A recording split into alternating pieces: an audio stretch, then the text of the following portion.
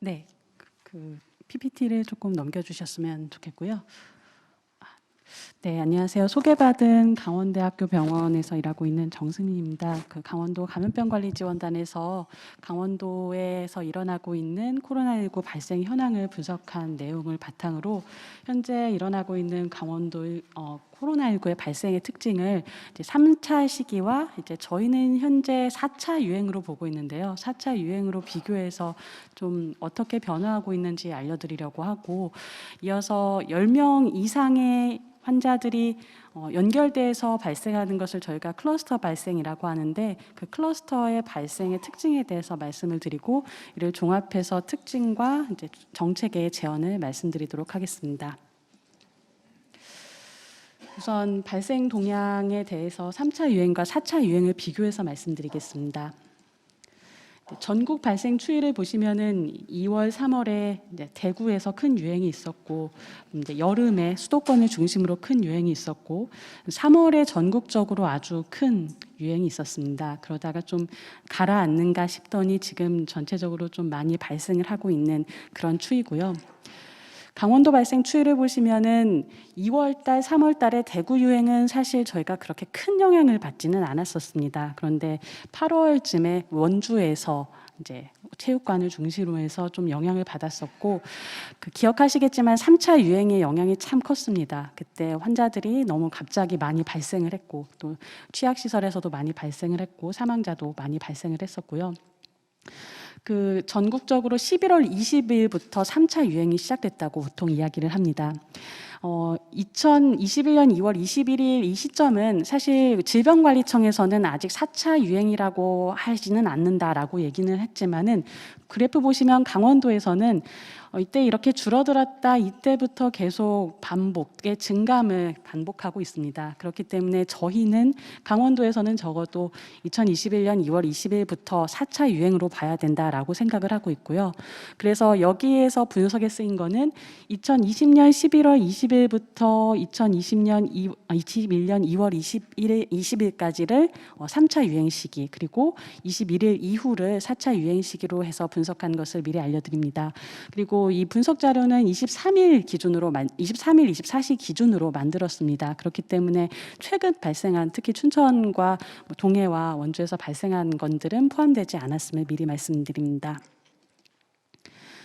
시군별 발생 현황을 보시면 3차 유행 시기에서 가장 많이 발생한 지역은 동해시였습니다. 그리고 강원도에서 인구가 가장 많은 곳은 원주, 춘천, 강릉 순서인데, 동해 다음에 원주, 춘천, 그리고 철원이 많이 발생을 했고, 강릉, 속초, 홍천, 영월 이런 순서로 발생을 했습니다.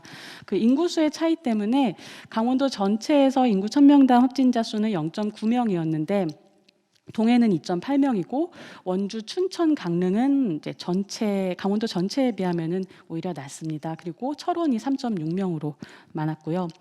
4차 유행 시기를 보시면은 이제 강릉이 주문진에서 발생한 집단 발생과 또 외국인 노동자 집단 발생으로 인해서 가장 많고, 그다음 원주, 속초, 평창, 동해, 춘천 순으로 넘어갑니다. 춘천이 이제 또 최근 며칠 산 사이에 또 많았기 때문에 이것도 변동이 있을 것이라고 생각되는데, 인구 수에 비해서는 적게 인구 1000명당 0.3명 발생을 했고, 이어서 홍천, 철원 순으로 발생을 했습니다. 연령별 확진자 현황을 보면은 3차 유행과 4차 유행 시기를 비교하자면 전체적으로 전국에서 워낙에 40대, 50대, 60대의 인구 비율이 높습니다. 이제 전국 같은 경우는 50대가 더 많지만 강원도는 인구상의 특성 때문에 60대가 좀 더 높은 특성이 있고요. 3차와 4차를 비교하자면 3차 시기에는 70세 이상의 비율이 13.3% 가량 되는데 4차 유행 시기에는 더 많이 줄어든 것을 볼 수 있습니다. 이 70세 이상의 비율을 많이 신경을 쓰는 이유는 치명률이 이제 점점 최근에 줄어들고는 있지만 70대의 치명률이 6.94%이고 80세 이상의 치명률이 21.7%입니다. 이하의 연령대는 치명률이 낮기 때문에 70세 이상 연령대의 인구 비율을 보는 것이 중요한데, 이제 다행히 4차 유행 시기에는 3차 유행 시기에 비해서 70세 이상의 치명률이 줄어들었습니다. 그 직업별 특성을 보시면은 3차 유행 시기에는 무직의 비율이 많았습니다. 25%. 근데 4차 유행 시기에는 이제 14%로 줄어들었고요. 단순 노무 종사자가 4차 유행 시기에 이렇게 많이 나타난 것은 아무래도 강릉에서 100명이 넘는 강릉 외국인 노동자 그 집단 발생의 영향이 큰 것으로 생각이 됩니다.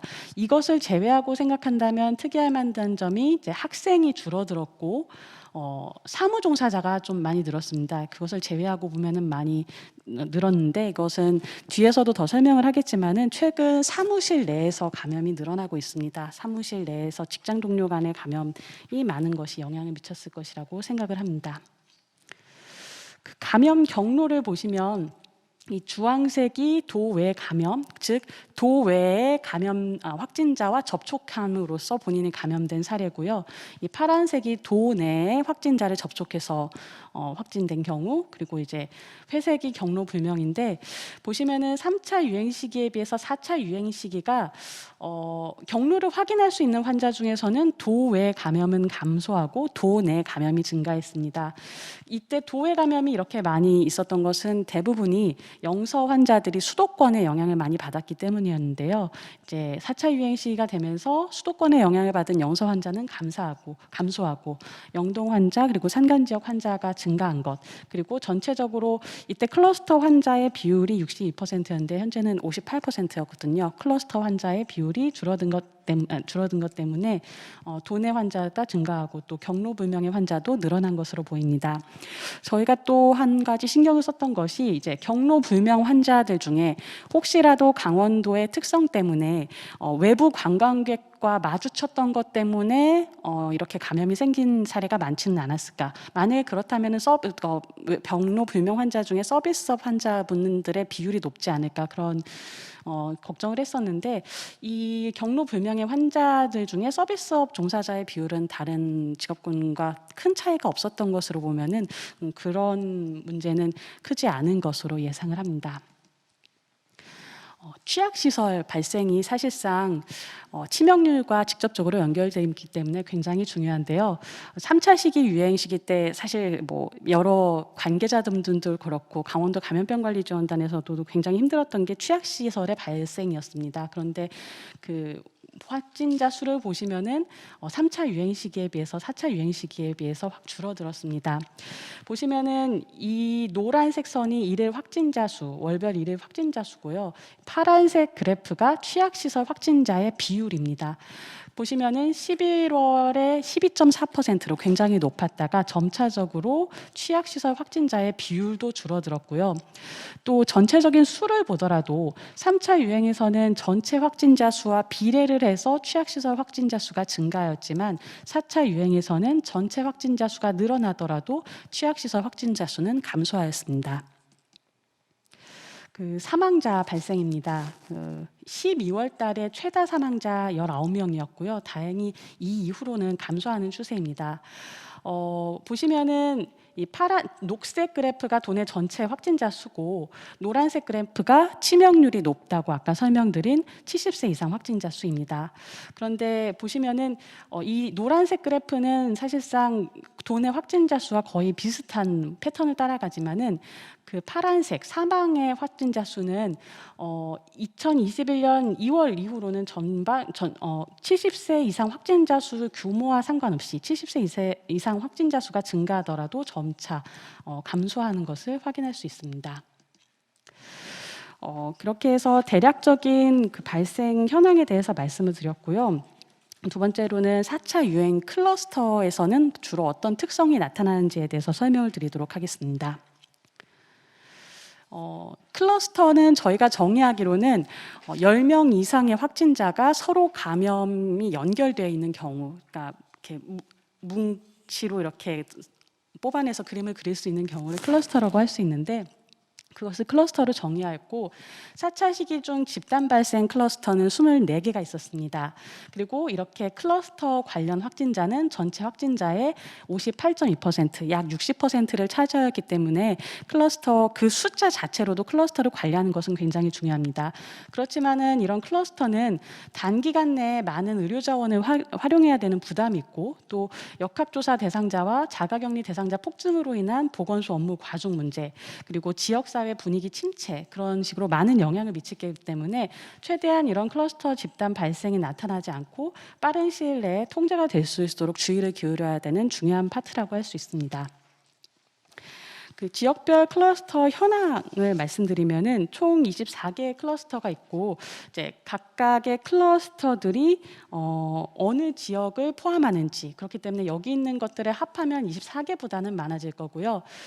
강릉에서 강릉을 포함하는 클러스터가 가장 많았습니다. 10개 클러스터가 있었고 216명이 이로 인해 확진이 되었습니다. 그렇기 때문에 강릉 확진자의 80%가 이런 클러스터 발생으로 인한 확진자 수였고요. 그리고 뒤이어 속초 그리고 원주는 클러스터 개수는 아마도 교통의 영향 때문에 많은 것 같지만 확진자 수는 119명이었고 클러스터로 인한 확진자 수는 48.8%였습니다. 그리고 동해가 72.6%, 평창이 5개 클러스터 55.9%였고요.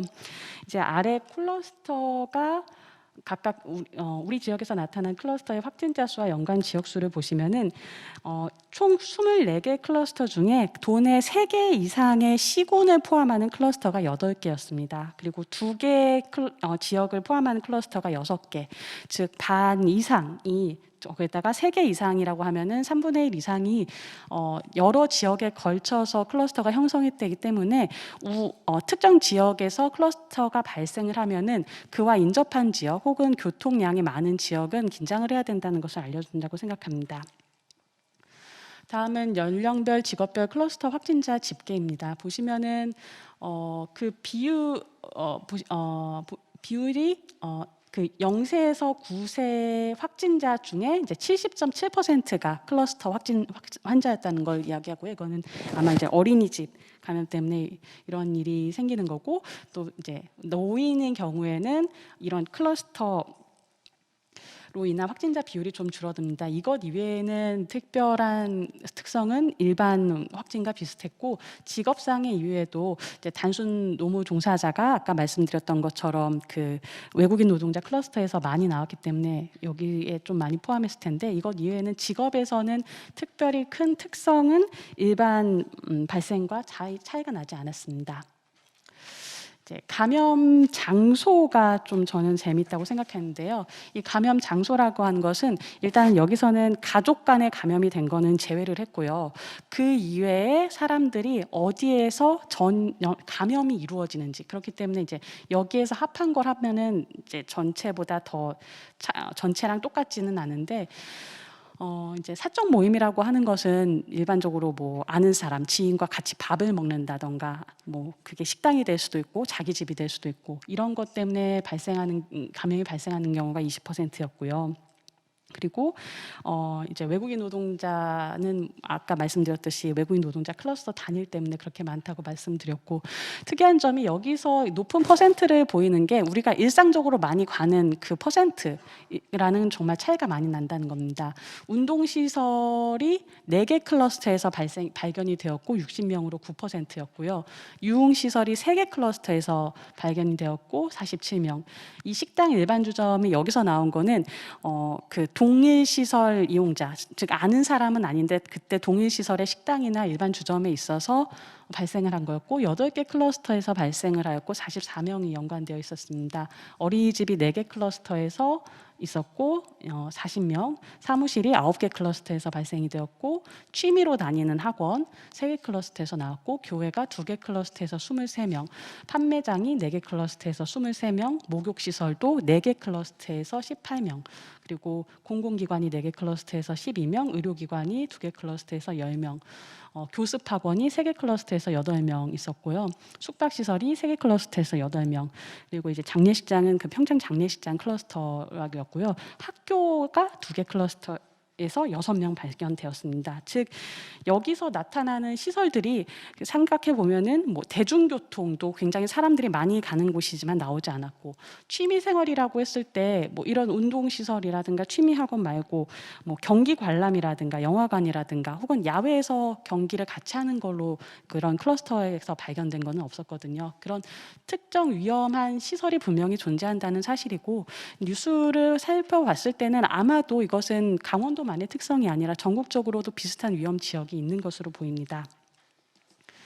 그리고 추가적으로 분석을 한 내용은 혹시라도 그 각 클러스터에서 첫 번째 환자가 발생을 하고 나서는 그 확진자와 접촉한 사람들을 대상으로 역학 조사를 하면서 그 접촉자로 분류돼서 검사를 하게 되는데, 그렇게 접촉자로 분류돼서 접촉자로 분류가 되기 전에 본인이 증상이 있었음에도 검사를 받지 않은 환자가 이제 141명이었습니다.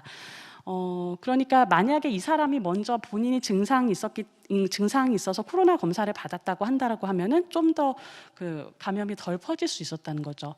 그 검사를 받지 않는 이 140여 명에서는 보시면은 이제 30대, 40대 환자분들이 되게 많았습니다. 그리고 이제 0에서 9세 환자들도 좀 있었는데요.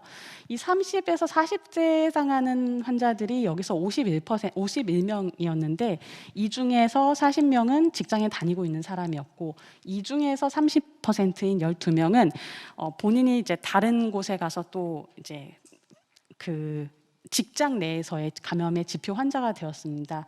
그리고 0에서 9세 환자들은 거의 어린이집 원생이었는데, 유아의 경우에 이제 단순 감기로 생각을 하고 코로나 검사를 받지 않았던 것으로 생각이 됩니다. 그래서 이러한 점들을 고려해서 현재 강원도 코로나19 발생의 특징에 대해서 좀 더 정리를 해서 말씀드리면, 현재 4차 감염의 특성은 이제 3차 감염은 아까 보였던 것처럼 거대한 산을 형태를 보였다고 한다면, 4차 감염의 특성은 현재 클러스터가 반복되면서 점차적으로 증감이 되는 것을 볼 수 있습니다. 그래서 저희가 R값을 계산했을 때도 뭐 클러스터가 하나 발생하면은 이 위로 쭉 올라갔다가 조금 시간 지나면 줄어들었다가 클러스터가 하나 발생하면은 좀 더 커졌다가 그런 식으로 클러스터를 잡는 것이 좀 중요하다, 이렇게 생각을 하고요.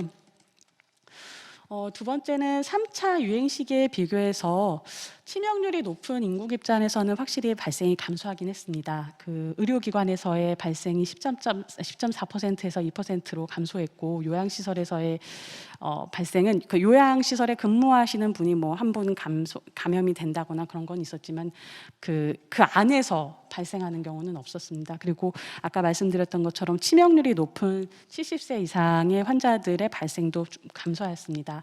그렇지만은 점차적으로 그 위험 지역이 좀 더 일상적인 곳에서 좀 우리가 최근 들어서 너무 지쳐서 느슨해졌다고 하는데, 그런 것들이 나타나지 않았나 싶습니다. 그 클러스터 분석에서 보셨던 것처럼 운동시설은 사실 3차 감염에서는 전체 클러스터에서 2.1%였습니다. 그렇지만은 4차에서는 9%로 증가했고요.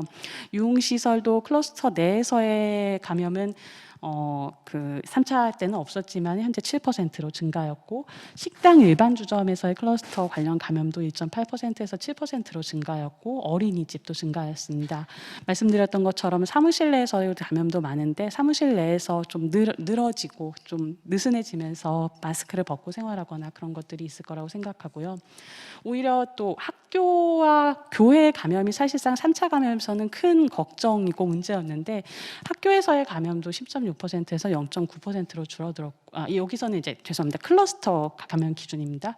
클러스터에선 줄어들었고, 교회에서의 클러스터 감염도 이렇게 줄어들기는 했습니다. 그리고 또 하나, 이거는 다른 지역과 다른 강원도만의 특성이라고 생각을 했는데, 이제 3차 감염, 4차 감염 통틀어서 이런 그 강원도 내에 흩어져 있는 인구에서 작은 마을에서 마을 주민들끼리의 감염이 많습니다. 예를 들어서 철원에서 기억하시겠지만 김장 모임 감염이 있었고요. 강릉 주문진 파다듬기 모임이 있었고 평창 장례식장 모임도 감염도 다 지역사 분들이 아시는 분들이었고 정성 변문안 감염도 있었는데 생각해 보면은 이거는 그 서울이나 다른 대도시와 다른 것들이 그렇다고 하면은 이분들이 서로 알고는 지낸 지 몇십 년 되는 분들인데 이렇게 서로 이웃들이 누구 때문에 확진이 됐다라는 이런 불신이 생기면은 이후의 사회는 어떻게 될 것인가에 대해서 저희가 이제는 좀 더 생각을 해야 되지 않을까라는 생각이 합니다. 그래서 관리 정책에 대한 제안을 최종으로 말씀드리면은 말씀드렸던 것처럼 클러스터 감염이 굉장히 숫자가 증가하는데도 중요하고 또 그 자체가 저희에게 굉장히 힘든 일들이기 때문에 클러스터 감염을 줄이기 위해서 노력을 해야 되겠고 이제 고위험 시설에 대한 주의 점검이 필요할 텐데 고위험 시설이 중요하다는 사실은 다 알고 있습니다. 그런데 예를 들어서 저희가 늘 역학조사를 나가거든요. 그러면은 뭐 운동시설에 가면은 운동시설에서 뭐 그 운동기구에 바이러스가 묻어 있는 것 때문에 자꾸 감염이 된다든가 예를 들어 어린이집에 갔는데 어린이집 이불 같은데 감염이 그 바이러스가 된다든가 식당 같은 데도 아니면 뭐 교습소를 비교해 봤을 때도 환기가 굉장히 중요하다든가 그런 것을 역학조사하고 나서는 저희는 파악을 하는데 이것들을 이런 것들을 조사할 때마다 각 위험시설에 알리는 것이 중요하지 않을까 생각합니다. 그렇게 하면서 경각심도 깨우고 주의사항을 공유하는 것이 좀 도움이 되지 않을까 생각을 했고 말씀드렸던 것처럼 증상이 있음에도 불구하고 검사를 받지 않는 사람들이 많이 있습니다. 사실 직장에서 이렇게 뭐 코로나 증상이 있다고 해서 검사를 받으러 가는 게 얼마나 부담이 되는지 저희 다 잘 알지 않습니까? 그런 것들을 장려할 수 있는 분위기를 만들어줘야 된다고 생각합니다. 그리고 이제 중요한 거는 모든 정책이 과학과 근거에 기반한 정책이 되어야 된다고 생각하는데 요새는 좀 적기는 하지만 한창 3차 유행 심했을 때 그리고 4차 유행 초기에 어느 지역에서 코로나19 확진자가 좀 많이 발생한다 싶으면 무조건 그 지역 전수검사 들어가는 경우가 있었습니다. 근데 이제 저희 감염병관리지원단에 사실 그런 문의가 들어오면은 그거는 좀 좋지 않은 방법인 것 같다라고 말씀을 드린 경우가 많거든요. 일례로 3월 달에 도내 그 외국인 노동자에 대해서 전수 감염 검사를 시행했던 것을 기억하실 겁니다. 그때 뭐 인권적인 문제에 있어서도 좀 차별적인 요소가 많다라고 해서 이슈가 됐었는데요. 그때 사실 총 검사를 7,889명 했는데 확진자는 1명 나왔습니다. 굉장히 비효율적인 검사였습니다. 그런데 그렇게 검사를 하고 나서는 5월 달에 외국인 일용직 관련 집단 감염이 아주 크게 발생을 했죠. 그러면은 뭐 이게 결과론적으로 나중에 보니까 보이는 걸 수도 있겠지만 사실 3월 달에 그렇게 필요했던 건 외국인 노동자를 전수검사하는 게 아니라 외국인 노동자가 그렇게 집단 감염에 취약한 상태에 있구나. 그렇다고 하면은 거기에 뭘 더 지원을 해줘야 되는가. 어떻게 환경을 집단 감염이 안 일어날 수 있도록 해줘야 되는가를 좀 대응을 했어야 되는가. 이게 뭐 나중에 다 지나고 나니까 보이는 걸 수도 있겠지만 그런 생각을 하고요. 또 보셨던 것처럼 특이한 점이 4차 감염에서 학교에서의 집단 감염은 줄어들었습니다. 그렇지만 이제 민간 교육시설이라든가 어린이집에서의 감염은 굉장히 늘었거든요. 그런 것들이 같은 교육시설이라도 어떻게 하면은 감염을 줄일 수 있는가에 대한 기회가 된다고 생각을 하고 또 이제 9월 달부터 매일 등교한다는 것에 대해서 많은 학부모님들이 걱정을 하실 텐데 이런 거에 대해서도 최근 점차 감염이 줄어들고 있는 점을 이제 홍보해서 좀 도움이 되었으면 좋겠습니다. 그리고 마지막으로 그 세 번째 특징에서 말씀을 드렸던 것처럼 그 전국에서는 이걸 안 챙길 수도 있습니다. 전국적으로는 그렇게 시골에서 감염되는 경우가 많지 않을 수 있거든요. 근데 강원도에서는 그런 몇십 년 동안의 이웃들 사이에서 감염이 됨으로 인해서 지역사회의 그 신뢰가 깨지고 그런 것들에 대해서 적어도 강원도에서는 우리 도민들의 그런 지점을 챙겨야 되지 않을까. 이렇게 생각을 합니다. 제 발표는 여기까지입니다. 이상입니다.